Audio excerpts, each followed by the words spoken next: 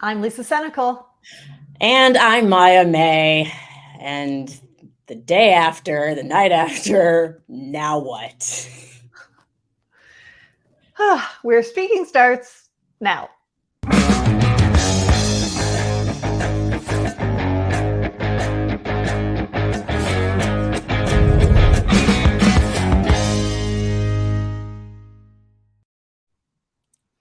Right. So after last night, we are asking what's next.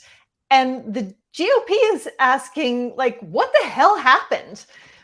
Trump is definitely asking some of those tough questions. I don't know if he can ask some of himself. He doesn't seem like the most reflective guy. But man, the midterms did not turn out the way he planned for himself or his chosen people. I don't know. Maybe he needed a bad night last night. Though I don't know what that's going to result in, though. I fear for the people in his inner circle. Yeah, well, there's a lot of ketchup on the walls of Mar-a-Lago this morning.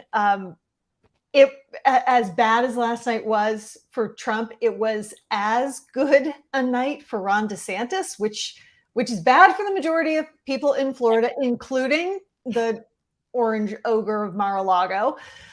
I have a feeling there are a lot of GOPers cringing today at the thought of what that ugly Republican primary cage match between Trump and DeSantis is going to expose. That's really going to repulse primary election voters in 2024. They're going to get a heavy dose for a year and a half.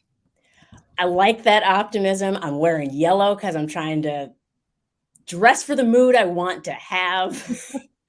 But honestly, I'm cringing because what is too much for primary voters? What is too much for the general election? Because I'm watching what's happening in Florida and Texas, and it seems like voters are totally okay with creeping authoritarianism. It's like that vine that now has a stranglehold. And I thought we'd see a rejection of that, kind of like how we saw in Michigan. They rejected all the Republican candidates. And I'm wondering if it's because Michigan has seen political violence. They've seen kind of the taking over their capital in a way, the attempted kidnapping of Whitmer. And so I'm wondering if that showed them where the crazy leads. So like they hit rock bottom in a way, and maybe Florida, Texas, maybe they just haven't hit rock bottom enough, or maybe it's just too damn hot. Maybe it's too humid. I don't know. Maybe they just can't think clearly. Yeah, it's not the humidity, it's the stupidity. Yeah. So we are going to work through a lot of this tonight with our guest, Ruth Ben-Ghiat. She is a professor of history and Italian studies at New York University. She's an MSNBC columnist, and she writes frequently for them and for other media outlets on threats to democracy around the world. She's the author of Strongmen, From Mussolini to Present, and of the popular newsletter Lucid on Substack. It's so good. If folks aren't reading Lucid and attending any of the Q&As or any other talks that Ruth does, you are really missing out understanding the big picture of what's going on. So that's my plug for Lucid, because I get smarter every time I watch you, Ruth. Yes. Thank you. Thank you so much. I'm glad to be here to puzzle it all through. Yeah, we need lucidity right now more than anything, I think. Yeah, I chose the title because obviously you could give a lot of thought when you're starting a newsletter, and it was really to counteract the foggy brain from disinformation, foggy brain from hatred, from emotions that are stoked by people like Trump and by the media. And so Lucid is letting you see the big picture and act out of a reason rather than hatred. Thank you for grounding us in that as we begin the show. Yeah, you've been so relentless in your efforts. You've just been heroic in your efforts to wake people up and get us thinking clearly about the progress that authoritarianism is making in the U.S. Based on the results that we have so far from the midterm, do you think that message is getting through to voters? Did people get it? I mean, partly, yeah. And I'm really asking myself, why did people, including the media, fall for this GOP propaganda point of the red wave to begin with? And it's so easy, red wave sounds very catchy. And yes, we know that when you have, a Democratic incumbent in the past, sometimes the midterms don't go well. But right now, we have to really ask ourselves, are we falling for psychological warfare ops? Are we, being influenced to be depressed and discouraged and stay away from the polls? And think of so I want to contrast the good results that we had with the way that the deck was stacked between, this idea of a red wave and all the fears about election, denials and chaos and violence. And there was in Louisiana, there was one, bomb threat.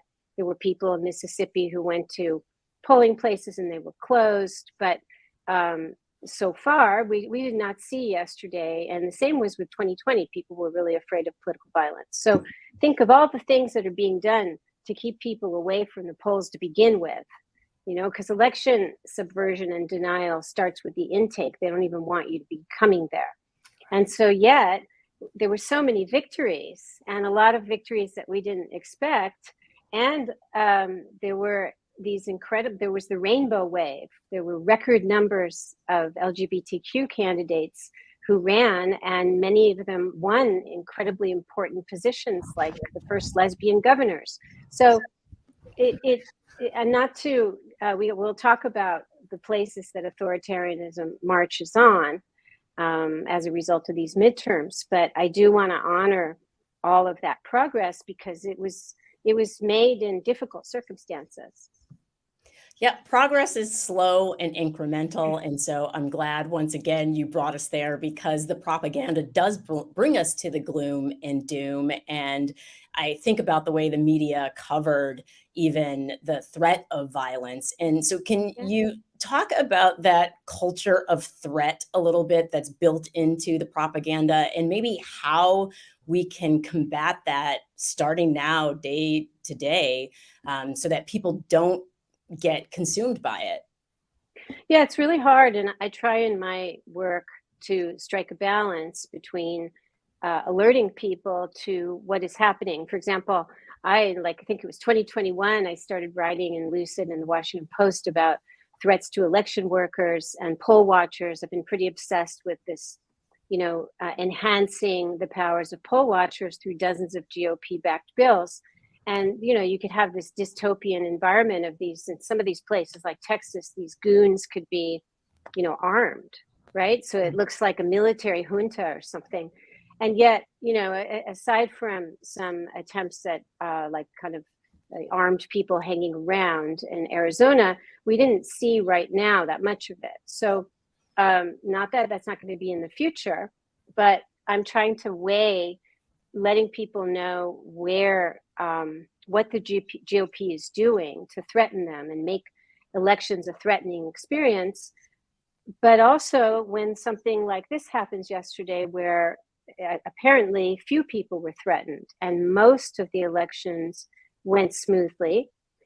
Also, Fox News called very early the races in Pennsylvania for governor, for Wisconsin. So Fox News actually was helping, I don't know why, but helping to short circuit election denial in those races, for example.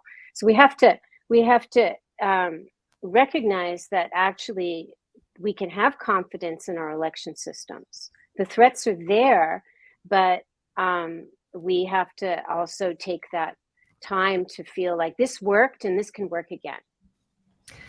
Yeah, that in addition to what Fox News did by calling those races, overall, the whole red mirage that was supposed to appear just never did. There wasn't this big, leads in a bunch of these races for Republicans. It actually, in a lot of these really important races, is the opposite.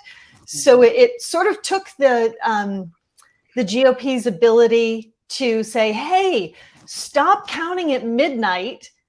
Everything counted after midnight is illegitimate and it's just, not to be trusted, because their candidates were the ones who needed to play catch up. So that's right. Since this has happened, how much do you think that has undermined their effort to undermine the confidence that people have in our elections? I think it had. I mean, I think there's been. I think it was a huge boost to morale that people saw that sometimes they had to wait many hours. I'm not saying it was smooth or easy, but that this can work. And the fact that even the most fanatic, I mean, we don't know. There could be, Carrie Lake or whatever. There are people who perhaps in close races are going to engage in refusal to concede. But Doug Mastriano had to give it up. And also very satisfying, Tim Michels, who in Wisconsin, who famously said that if he wins, a Republican will never lose again in his state, which is the very definition of electoral autocracy, where you have, like in Hungary, where you have elections, but they don't really mean anything because the system is gamed, so you don't really lose. So that was enormously satisfying that he did not win. And I think in places like that's where voter turnout was high. And we're just getting numbers. It's still, as very early, but we're getting numbers to show that there was a youth wave and very high turnout of young people, which was, I think, in the 60% for Democrats and in the 30s for Republicans. And I always say that like youth is going to save us, because when you study regimes, the people who are often the first people to start resisting, and people in the vanguard of resistance movements, that's always youth, because they have the most to lose.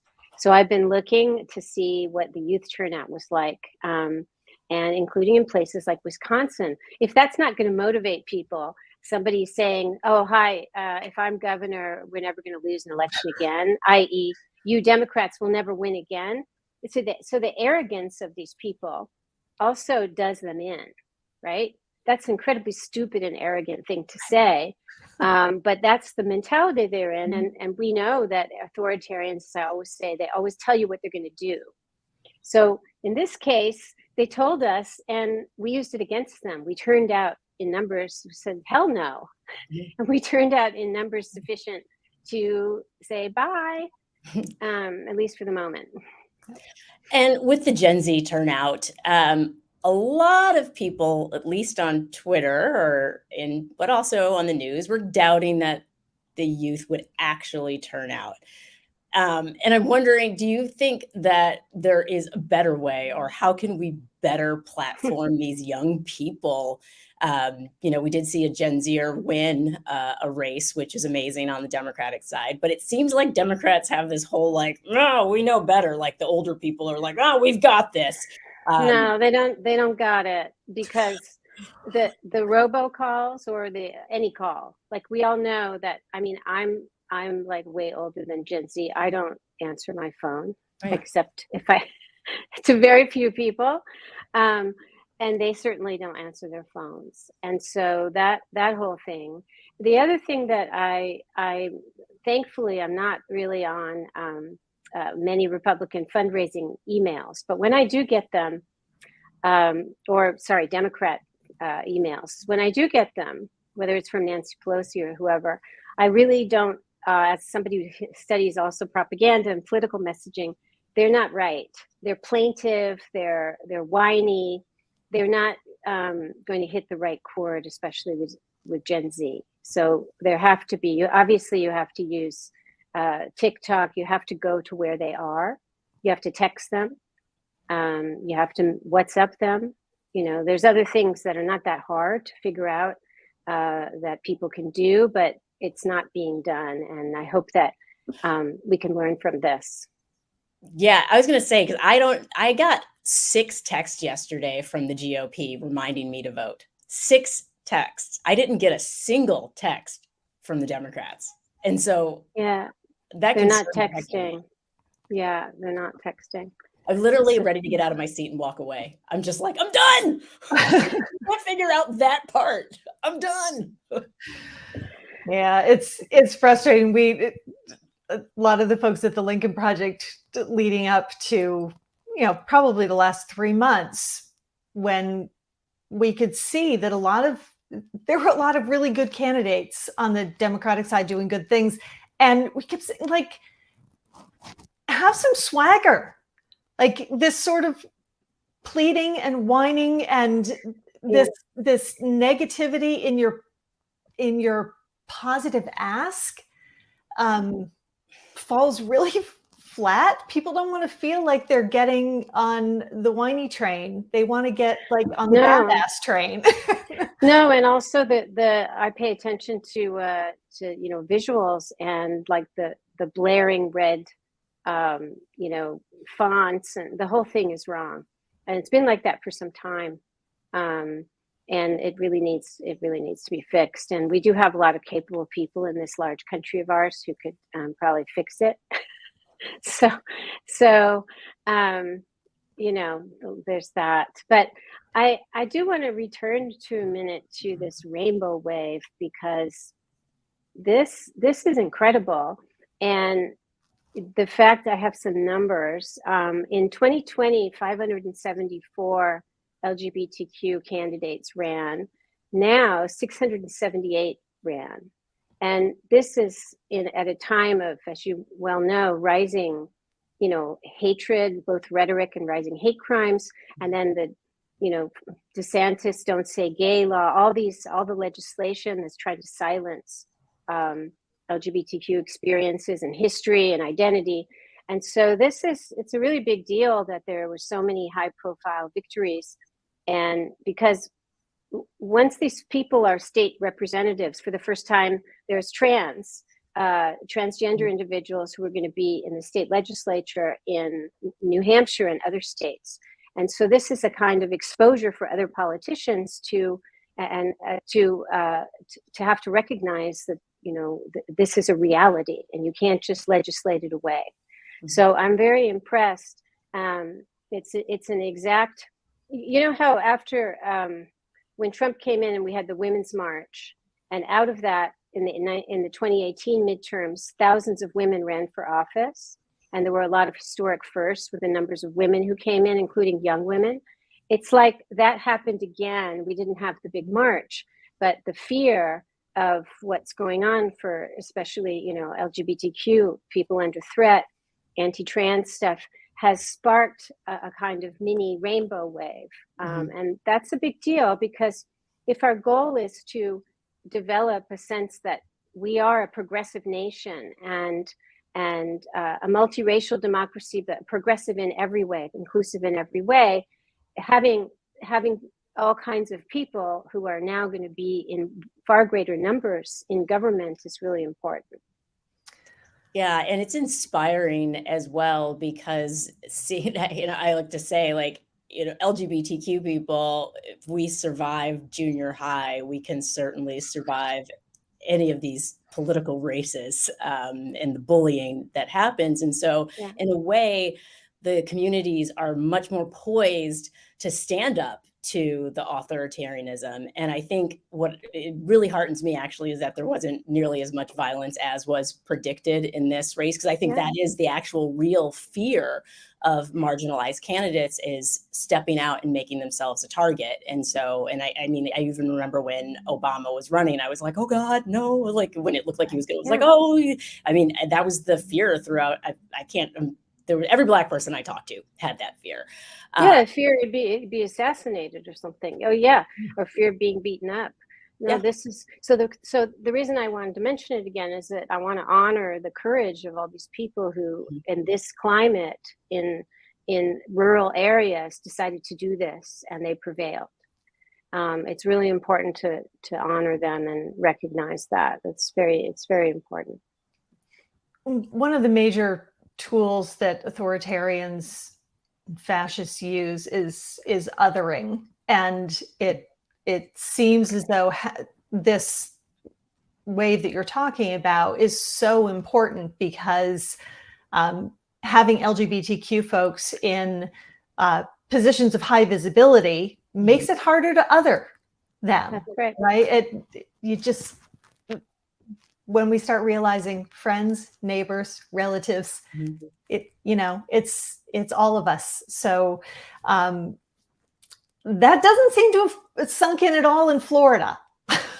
Because DeSantis had a big night, and after 2 years of really extreme cruelty and othering, and his extreme gerrymandering, and his creation of the Office of Election Crime and Security, how easy do you think it is for all of that to be exported? Is it any more difficult than it was, given how things turned out last night, or results are still coming in? Well, how do we build a metaphorical wall around Florida's ideology to keep it from creeping out to the rest? The free state, the free state. It's free from democracy, right? No, I had a horrible vision. Once in a while, I get these, I call it informed intuition, or I wake up and I'll be like, something's really wrong. And so some time ago, I've always been getting this about DeSantis, and so I've been writing about him since 2021, and like a year and a half now, because he's just such bad news. But I did have this kind of vision that what would happen over the long run is Trump's too toxic, and there is no one who is criminal in so many ways as Trump. He's extraordinarily depraved and criminal in just every facet of human activity. It's astonishing he was president. So he's got too much baggage. But what happens is that when you've had somebody like that who lowers the bar, nobody can match him. Other people who are equally extremist and racist and all the hatreds, but don't have that criminality baggage like DeSantis, all of a sudden they seem normal. And so we saw in the New York Times, and even I think David Frum, people have been publishing op-eds in the last months, like saying that DeSantis is normal. And I always want to scream and say, no, he's not normal. He's so extremist. It's just that, did he collaborate with the mafias of several countries? Probably not. Is he a money launderer for the Russians? Well, probably not. So, did he sexually assault dozens of women? I don't know, but probably not. So he seems okay, but he's not okay. So I had this vision that he's gonna he'll be the normalized candidate. And indeed, even before this midterms, he had over 40 billionaires backing him. And that's just all very, very bad news, because he will indeed scale up everything he's doing. And the people around him, including his, I don't know what her title is, his former press secretary, Christina Pusha, is a far-right operative connected to the Hungarians, to all the bad actors in the world. So I'm really worried about that. And you see already some of the mainstream media, they're having photos where his very unsquared jaw is being made to look a little squarer. Mm-hmm. And the whole strongmen thing with Trump, all these narratives are bad. And they're going to be with us from now on. Well, and one thing we can say about DeSantis, which is different from Trump, is that he's predictable. He's made it very clear that he will steamroll over anyone's rights, whether it be a company or a people, to get where he's going. So we see this fight budding now between DeSantis and Trump. Is there a way, because Trump seems to be able to, everything Trump touches dies, destroy everything in his path, and it feels like, is that the path to victory for Democrats, is to set Trump on DeSantis in a way that he just destroys DeSantis, metaphorically? Well, he's going to try to do that anyway, because the strongman personality is such that if he's already full of vindictiveness, that's his nature. And if he feels he can't, and he's also, remember, he's absolutely desperate to get back into power, because he has so many investigations pending, and he needs to shut them all down and avoid prosecution. That's the number one. Look at Netanyahu in Israel. Like, he's back. He's going to shut down the investigation against him. Berlusconi was the same. They're all corrupt, and they all do this. So he's really going to be in a state. But the wind is shifting, and I don't know if there's anything that we should do rather than sit back and let it happen. But he's not going to prevail, and the country will.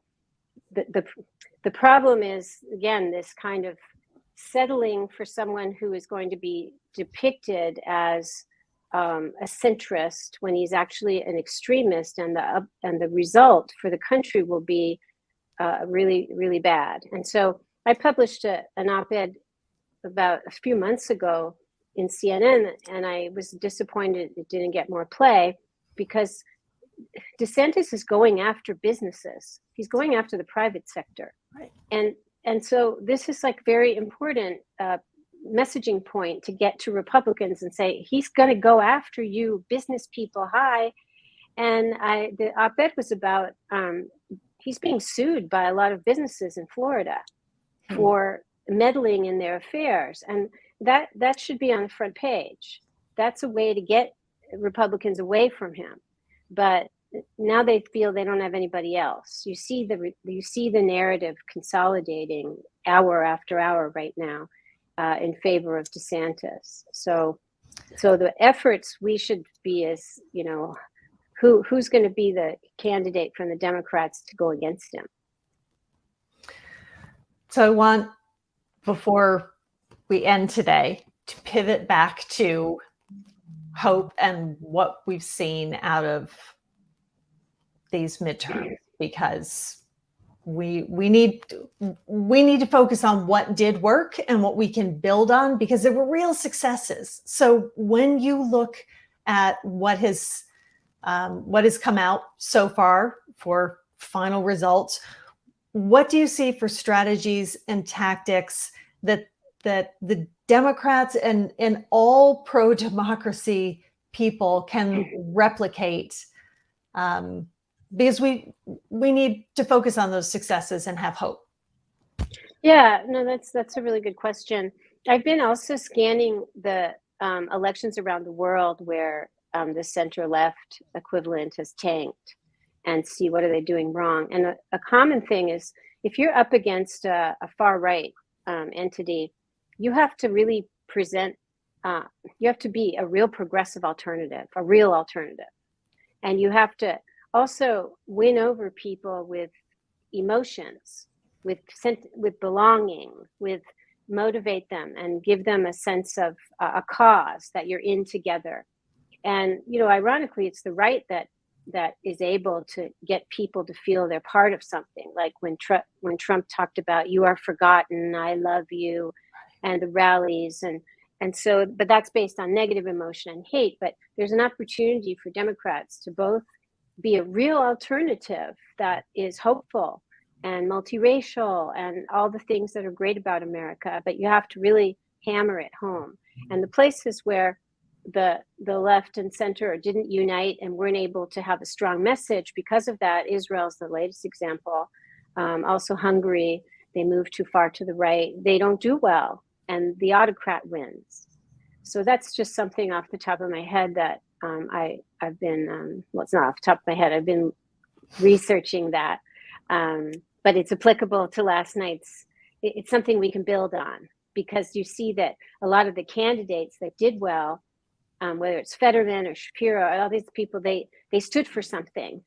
They weren't just like reacting to the other person, or they used humor. Fetterman's campaign was brilliant using humor, and it was very humanitarian and humane in that way against Oz.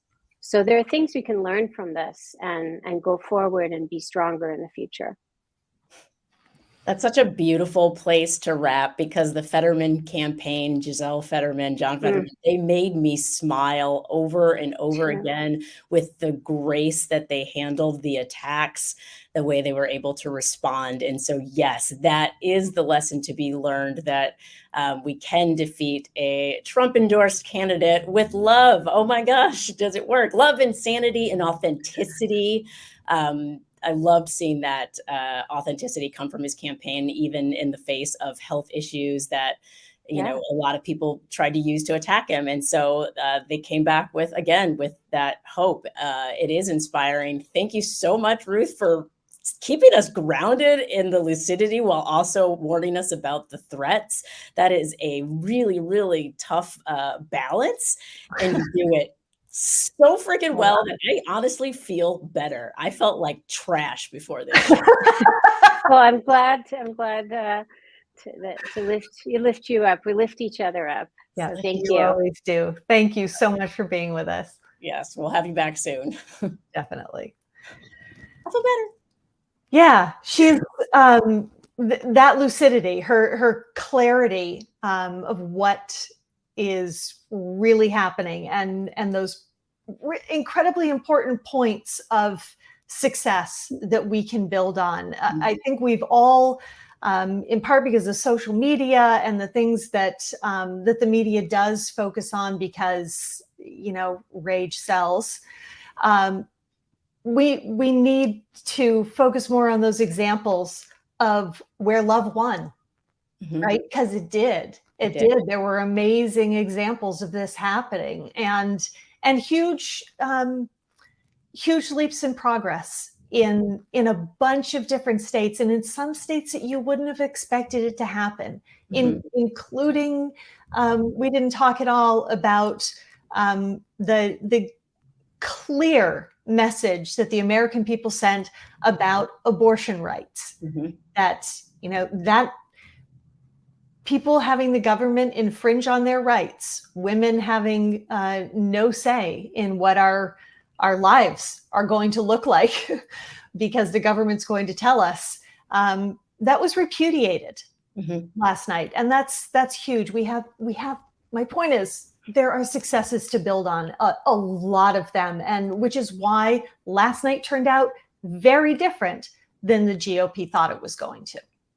Absolutely, yes, because hate sells, but so does hope and inspiration. Most marketing agencies, when they're trying to sell you a car, they do it with aspirational goals, not with hating. So I think we can all learn from that, and I'm grateful completely. As we're not going to have all the results, but we're all watching. We know you're all watching at home. And as we continue to do the work that we're doing at the Lincoln Project, we're all going to have all eyes on Georgia, because there's likely going to be that runoff. And so we'll be talking a lot about that, because my goodness, not only do we need to keep Herschel Walker so far away from the Senate, we also want to keep the Senate. So let's please donate if you can, share our shows, our content, follow us on Twitter, all the places, on TikTok, because I'm running the TikTok. I was the TikTok queen.